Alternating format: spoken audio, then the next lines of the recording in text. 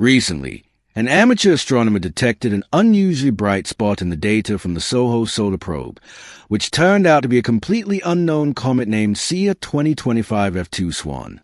Experts and amateur space explorers alike hoped that the icy chunk would treat us to a spectacular show in the sky that we could all marvel at with the naked eye.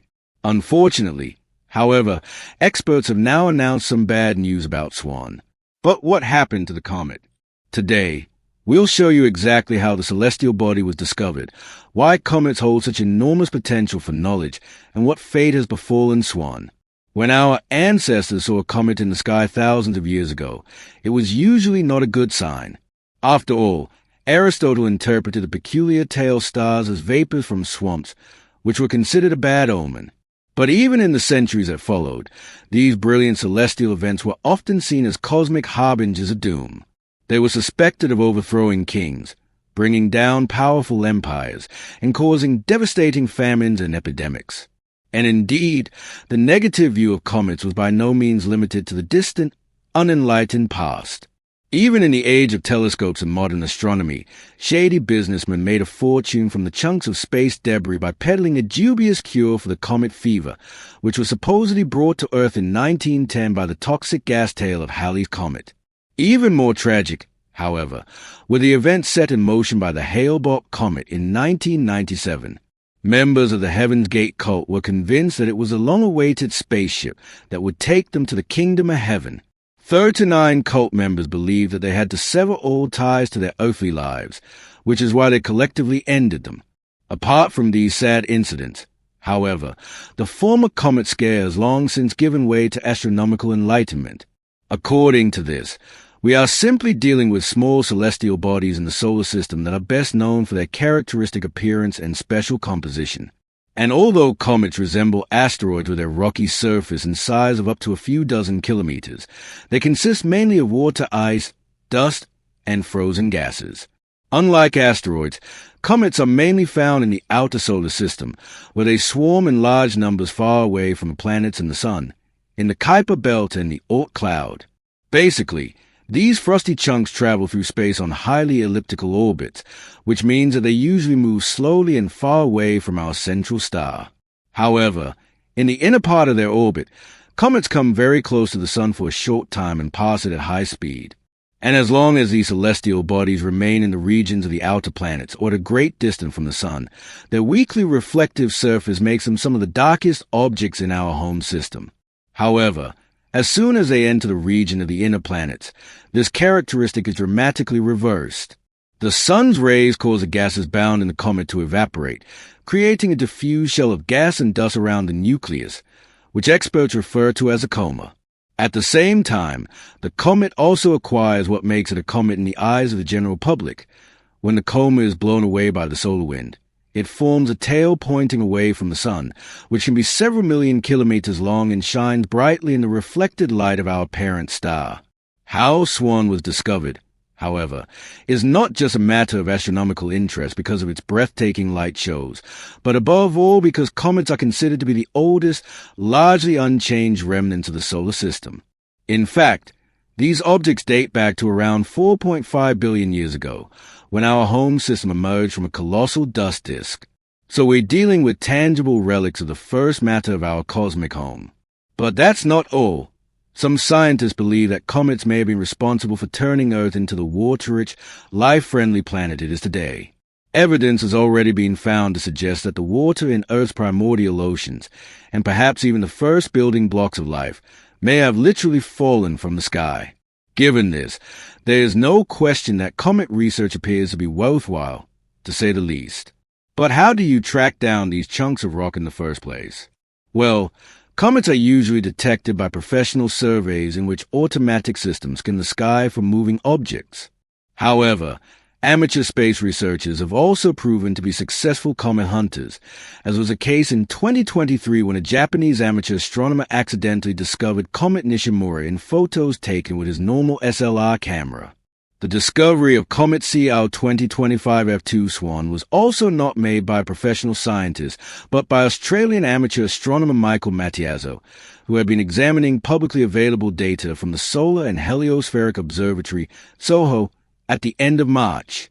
For the sake of completeness, it should be mentioned that, in addition to Matiazo, Vladimir Bezugli and Rob Matson also independently noticed the previously unknown object, and this despite the fact that SOHO's main task is not actually to add new comets to the star charts. Jointly operated by ESA and NASA and in service for almost 30 years, the Space Observatory primarily observes the Sun. At the same time, its UV camera, solar wind and isotropies, SWAN, is also capable of imaging comets. As soon as the ice on the comet's surface sublimates, the ionized hydrogen released in the process emits ultraviolet radiation, which then appears as a bright spot in the SWAN instrument. And it was precisely such a bright point of light moving across the camera's field of view during a series of exposures that Matiazo and Bezugli found on March 29. Robert Matson reported the discovery 2 days later.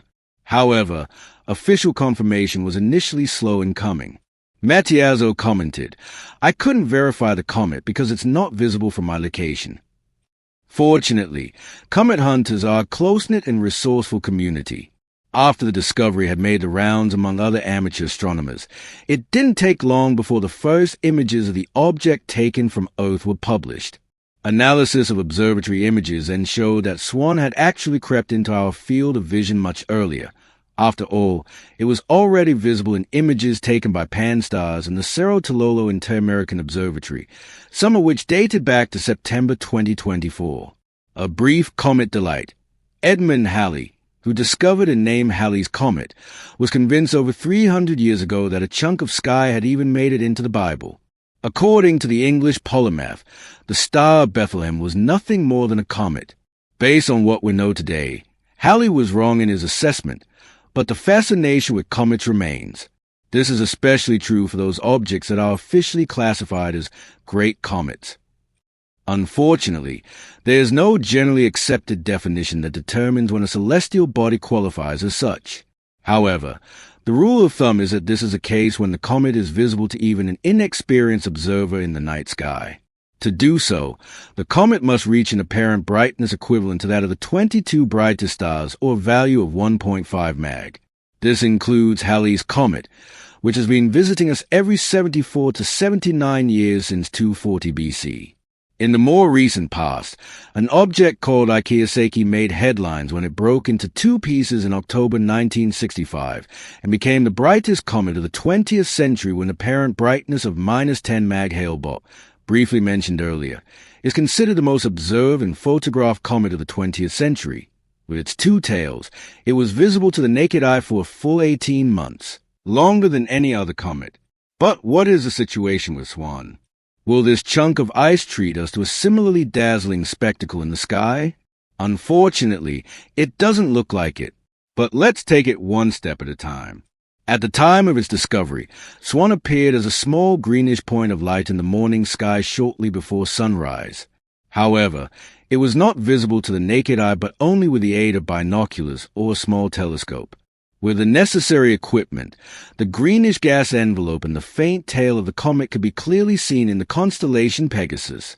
And if everything had gone well, in the following days, Swan would probably have been visible to the naked eye in early May. But unfortunately, the behavior of comets is very difficult to predict. Experts had expected Swan to make its closest approach to the Sun on May 1st, but unfortunately, we can never know in advance whether a chunk of ice will survive such an encounter unscathed. And unfortunately, Swan apparently did not succeed in doing so. Observers recently reported in an astronomy forum that they can no longer see the comet's long tail. Its brightness is also not increasing any further, which unfortunately means that Swan appears to be disintegrating. The chance of admiring the comet in the sky with the naked eye in May seems to have vanished, which is a shame, to say the least. The fact that the comet could be observed with binoculars and telescopes was an absolutely unique event.